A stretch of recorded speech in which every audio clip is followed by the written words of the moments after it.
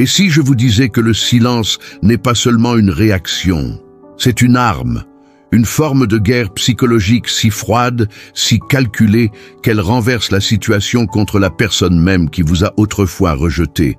On vous a appris que pour la reconquérir, vous devez la poursuivre, la convaincre, lui montrer à quel point elle comptait pour vous. Non, c'est un piège. Un homme qui mendie l'amour est un homme qui a déjà perdu son pouvoir.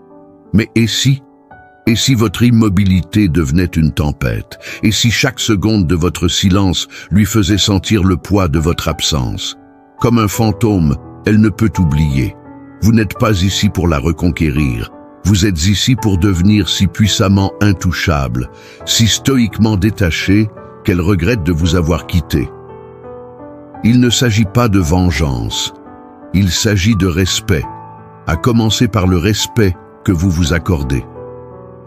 Parce que lorsqu'un homme devient immunisé contre la manipulation émotionnelle, lorsqu'il s'éloigne sans broncher, lorsqu'il disparaît sans amertume, c'est alors que le regret commence. C'est la stratégie froide qui fera qu'elle vous regrettera à en mourir. Et une fois que vous l'aurez apprise, vous ne courez plus jamais après personne. Si vous en avez fini de vivre dans la confusion, si vous êtes prêt à devenir intouchable, cliquez sur le bouton « J'aime ». Abonnez-vous, activez les notifications et commentez ci-dessous « Je lâche ce que je ne peux pas contrôler ». Commençons. Numéro 1. Le jour où elle est partie fut le jour de votre renaissance. Au moment où elle est partie, c'était comme la mort. Le silence, la distance, la façon dont elle a continué sa vie, comme si vous n'aviez jamais existé, cela coupe plus profondément que n'importe quelle lame. Mais voici le rebondissement que la plupart des hommes manquent. Ce n'était pas la fin, c'était l'initiation. Le feu dans lequel vous avez été jeté n'était pas destiné à vous détruire. Il était destiné à vous forger. Et dans ce moment d'abandon, quelque chose de sacré est né. La version de vous qui ne mendie plus, ne supplie plus, ne s'explique plus. Cet homme, celui qui s'élève en silence, n'est pas brisé. Il renaît. Le stoïcisme ne promet pas que la douleur ne viendra pas. Il promet que la douleur vous affinera. Marc Aurèle a dit « L'obstacle à l'action fait avancer l'action ». Ce qui se dresse sur le chemin devient le chemin. Son départ n'était pas l'obstacle, c'était le chemin. Chaque larme versée, chaque nuit agitée, chaque pensée obsessionnelle, c'est l'ancien moi qui meurt. Et plus ça fait mal, plus la transformation est profonde. Vous n'essayez pas de la récupérer, vous essayez de vous récupérer. L'homme qui a oublié qui il était parce qu'il a trop donné de lui-même à quelqu'un qui ne voyait pas sa valeur. Quand elle est partie, elle a créé l'espace dont vous aviez besoin pour vous souvenir de votre valeur. Ne remplissez pas cet espace de désespoir. Remplissez-le de discipline, de silence, de pouvoir. Ce n'est pas un chagrin d'amour, c'est une renaissance. Laissez sa sortie marquer l'entrée de votre moi supérieur. Numéro 2. Les émotions sont des invitations à perdre le contrôle. Elle veut une réaction. C'est ça le piège. La rupture n'est pas toujours la fin. C'est souvent juste le début d'un jeu psychologique subtil, un test. Les publications sur les réseaux sociaux, les messages indirects, le silence après vos messages, ce ne sont pas des accidents. Ce sont des manœuvres calculées pour voir si vous êtes toujours émotionnellement disponible, pour voir si elle peut toujours tirer les ficelles. Et c'est là que la plupart des hommes échouent, ils mordent à l'hameçon. Ils explosent de colère, sombrent dans la tristesse, ou envoient de longs paragraphes émotionnels pour essayer de la faire comprendre. Non. C'est exactement ce à quoi elle s'attend. Et pire, cela confirme qu'elle détient toujours le pouvoir. Mais et si vous ne réagissiez pas du tout? Et si ces tentatives de vous provoquer se heurtaient à un mur de stoïcisme pur et immuable? C'est ça le stoïcisme. Ce n'est pas de l'insensibilité, c'est de la maîtrise. Ce n'est pas prétendre ne rien ressentir. C'est savoir quand vos sentiments tentent de vous asservir. Chaque fois que vous êtes tenté de la contacter, de vous emporter, de chercher à tourner la page, demandez-vous, est-ce que cela vient de la force ou de la faiblesse? Marc Aurèle a écrit « Vous avez le pouvoir sur votre esprit, pas sur les événements extérieurs. Réalisez cela et vous trouverez la force. Elle est un événement extérieur. Ses choix, ses actions, sa confusion, c'est son champ de bataille, pas le vôtre. Vous n'avez pas besoin de la reconquérir. Vous avez besoin de vous reconquérir vous-même face au chaos de la dépendance émotionnelle. Observez vos sentiments, mais ne leur obéissez pas. Ressentez la douleur, mais ne bronchez pas. C'est ainsi que vous brisez le cycle. C'est ainsi que vous devenez intouchable. Numéro 3. Le pouvoir de disparaître sans amertume. Disparaître ne signifie pas fuir. Cela signifie retirer votre énergie avec une précision chirurgicale. Pas d'adieu dramatique, pas de mots d'adieu, pas de message désespéré expliquant combien vous l'aimiez. Non. Vous partez sans laisser de traces. Non pas parce que vous êtes faible, mais parce que vous comprenez enfin que votre valeur n'a pas besoin d'être défendue. Il y a une différence entre couper les ponts avec quelqu'un et disparaître avec grâce. L'amertume est du bruit. La rage est du bruit. Mais le vrai silence, le vrai détachement glacial, c'est assourdissant. Lorsque vous partez sans ressentiment, sans même un murmure de douleur, cela la force à se demander « Comment peut-il être aussi calme ? Ai-je seulement compté ?» Et cette question, cette incertitude, devient votre plus grande arme. Le stoïcisme enseigne que s'accrocher au ressentiment, c'est comme boire du poison en espérant que l'autre personne souffre. Alors, ne portez pas de haine, ne portez rien. Vous disparaissez non pas pour la punir, mais pour protéger votre paix. C'est la différence entre la réactivité émotionnelle et la force stoïque. Elle s'attend à ce que vous la poursuiviez. Au lieu de cela, vous disparaissez. Non pas parce qu'elle n'avait pas d'importance, mais parce que vous, enfin, vous en avez. Pas de contact, pas de publication, pas de miettes de pain, juste une présence retirée, entièrement, froidement, complètement. Elle le sentira. Et quand le silence résonnera assez fort, elle commencera à tout remettre en question. Numéro 4. Elle ne vous regrette pas, elle vous teste. Ce salut envoyé au hasard, ce j'aime accidentel sur votre ancienne photo, cette citation énigmatique sur la guérison dans sa story, vous pensez qu'elle craque, qu'elle vous regrette, qu'elle regrette tout. Non, elle prend votre température, vérifie si la laisse lui va toujours. Ce n'est pas du désir, c'est du contrôle, c'est un appât. Et si vous répondez, vous venez d'échouer au test. Voyez-vous ? La plupart des hommes s'effondrent au premier signe de son retour. Ils pensent « c'est ma chance, elle a enfin réalisé ce qu'elle a perdu ». Mais ce n'est pas ce qui se passe. Elle n'est pas de retour parce qu'elle vous aime, elle est de retour parce qu'elle s'ennuie ou est curieuse, ou manque d'assurance, et elle veut voir si vous gravitez toujours autour de son monde comme une petite lune loyale. Mais un homme stoïque ne gravite pas. Il est le soleil. Il ne réagit pas à un test, il le démasque, il ne répond pas avec désespoir, il laisse le silence répondre pour lui. Parce que voici la vérité, si elle vous regrettait vraiment, elle n'enverrait pas un SMS vague. Elle remuerait ciel et terre pour prouver qu'elle veut revenir, tout le reste n'est que manipulation déguisée. Épictète a dit, si quelqu'un réussit à te provoquer, sache que ton esprit est complice de la provocation. Vous ne lui devez pas de réponse, vous ne lui devez pas d'accès. Elle a perdu ce privilège quand elle est partie. Le test ne la concerne pas, il vous concerne vous. Resterez-vous ancré, immuable, souverain. Numéro 5. Ne publiez rien, n'appelez pas, ne regardez pas sa story. Le silence n'est pas seulement ce que vous ne dites pas, c'est ce que vous ne faites pas. Ne publiez rien pour la rendre jalouse, n'appelez pas pour prendre des nouvelles. Et surtout, ne regardez pas ses stories comme un fantôme qu'elle contrôle encore. Chaque fois que vous consultez son contenu, vous signalez « Je suis toujours là ». Non, cela s'arrête maintenant. Elle est partie. Cela signifie qu'elle n'a plus accès à votre énergie, à vos progrès ou à votre douleur. Le stoïcisme enseigne le retrait, non pas comme une punition, mais comme un chemin vers la liberté intérieure.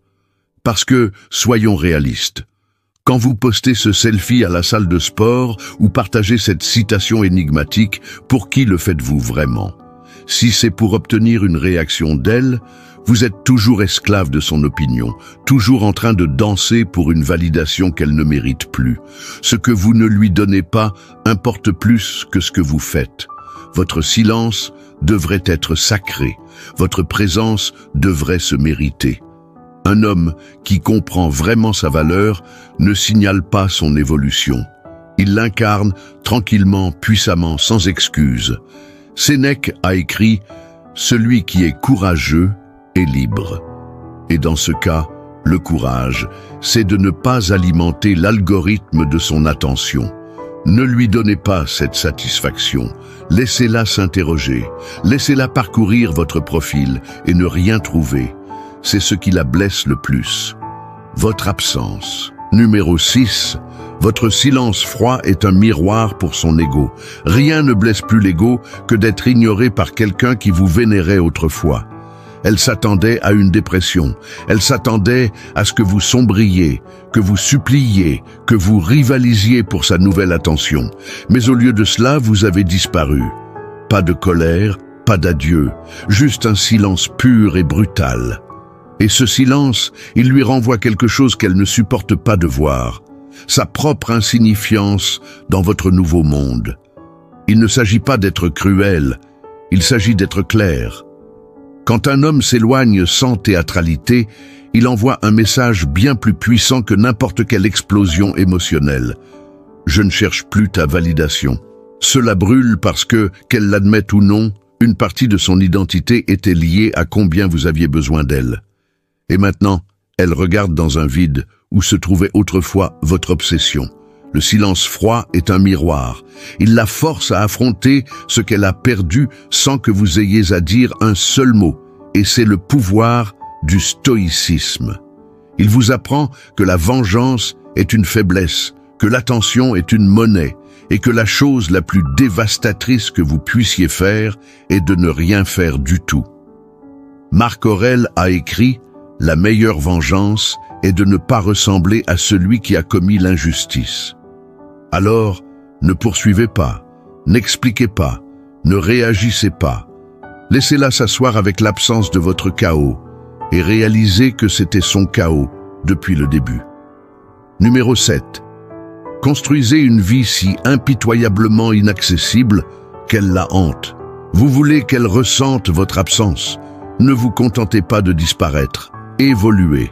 Construisez une vie si éloignée de ce que vous étiez avec elle qu'elle ne puisse même plus vous reconnaître. Non pas parce que vous avez changé pour l'impressionner, mais parce que vous vous êtes enfin souvenu de qui vous êtes sans elle. Un homme en mission. Un homme qui ne se contente pas de passer à autre chose. Il monte en niveau avec une concentration acharnée. Pendant qu'elle fait défiler et vous espionne, vous travaillez dur. Pendant qu'elle pêche les réactions, vous construisez un empire. Pendant qu'elle poste des photos aguicheuses, vous travaillez en silence, à la salle de sport, dans votre esprit, dans votre art. Et la chose la plus effrayante pour elle, vous ne regardez pas, vous ne vérifiez pas, vous n'attendez pas. Vous avez entièrement quitté le stade et elle continue de se donner en spectacle. Le stoïcisme ne consiste pas à prétendre que vous vous en fichez. Il s'agit de rediriger cette énergie vers quelque chose qui vous rend intouchable. Plus vous devenez discipliné, moins vous êtes accessible. Et quand elle réalisera qu'elle n'a plus d'accès aux coulisses de votre monde, c'est là que le regret s'installera. Non pas parce que vous l'avez étalé, mais parce que vous l'avez dépassé. Sénèque a dit un jour, « Ce n'est pas que nous ayons peu de temps à vivre, mais que nous en perdons beaucoup. » Alors, ne perdez pas le vôtre à essayer de prouver quoi que ce soit. Laissez votre nouvelle vie être le message et assurez-vous qu'elle soit si belle que même si elle revenait, vous devriez y réfléchir à 2 fois. Numéro 8, le rejet est une redirection vers votre chemin divin. Elle n'a pas ruiné votre vie, elle l'a redirigée. Ce qui ressemble à un rejet est souvent une protection divine. Vous pensiez qu'elle était la destination, mais elle n'était que le détour. La vie l'a retirée, non pas pour vous punir, mais pour vous positionner. Parce que tant que vous étiez absorbé par elle, vous étiez aveugle à votre propre potentiel. Vous vous pliez, vous rétrécissiez, vous vous modeliez pour entrer dans une histoire qui n'était jamais censée être votre héritage. Maintenant, la douleur que vous ressentez, elle est sacrée. C'est une rupture sacrée, un démantèlement nécessaire de l'homme qui se contentait de peu, de l'homme qui tolérait d'être incompris, de l'homme qui pensait que l'amour signifiait sacrifice sans limite. Le stoïcisme nous montre que la douleur n'est pas l'ennemi, c'est l'enseignante. Elle dépouille de l'illusion. Elle nous force à nous tenir seuls et, ce faisant, à enfin nous tenir droit. Vous ne l'avez pas perdue. Vous avez perdu l'illusion qu'elle était alignée avec votre but. Et cette illusion devait mourir pour que votre vrai chemin commence. Marc Aurèle a écrit « Accepte tout ce qui t'arrive, tissé dans la trame de ta destinée, car quoi pourrait mieux convenir à tes besoins ?» Elle n'était pas une erreur, elle était le catalyseur, l'étincelle qui a allumé le chapitre suivant. Vous n'êtes pas brisé, vous êtes en devenir. Et un jour, vous regarderez en arrière et réaliserez que son rejet était votre initiation à quelque chose de bien plus grand. Numéro 9. Elle regrettera la version de vous qu'elle a abandonnée. Au début, elle ne ressentira rien. Elle rira, elle publiera, elle prétendra s'épanouir. Mais avec le temps, quelque chose commencera à changer. Elle se souviendra des petites choses.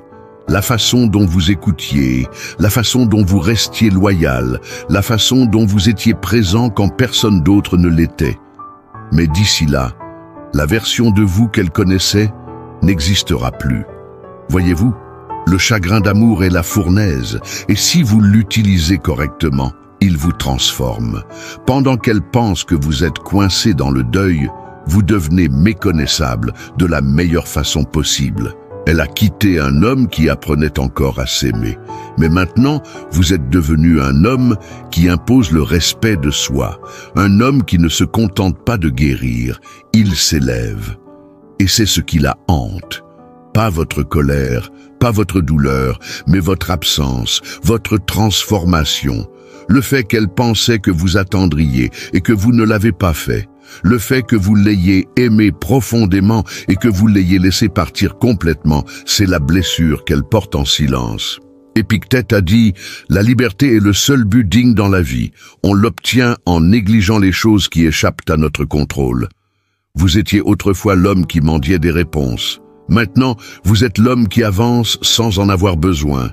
Et tandis qu'elle parcourt les souvenirs d'un homme qu'elle ne rencontrera plus jamais, elle le sentira au plus profond de ses os.